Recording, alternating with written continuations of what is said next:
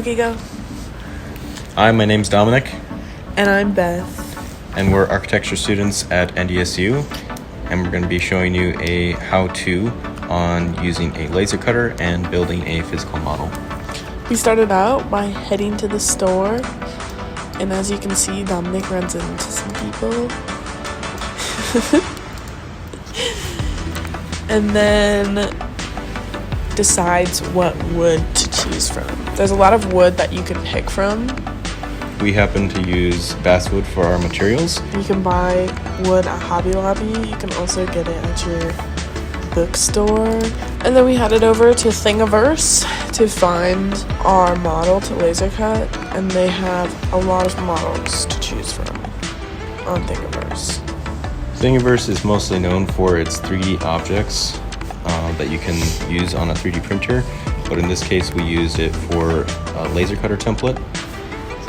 And then after we found the template on Thingiverse, we headed over to AutoCAD, and our school provides us with a template.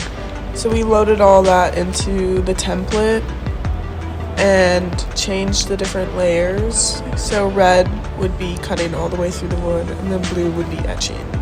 Right here we show the outlining of the project in AutoCAD and sending it over to the program.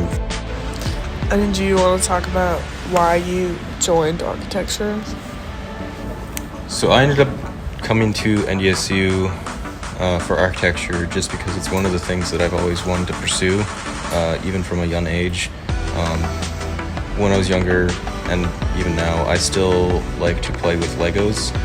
They always inspire me to construct something, and also it's just something easy to... It's an easy medium to manipulate and to develop as you want. And this was just one of the things that got me interested in architecture and designing for the future. I mean, I guess the reason that I joined architecture was kind of on a whim. I always enjoyed randomly drawing house floor plans. After a while of just like drawing these random houses, my grandma eventually told me that, oh, maybe you should join architecture.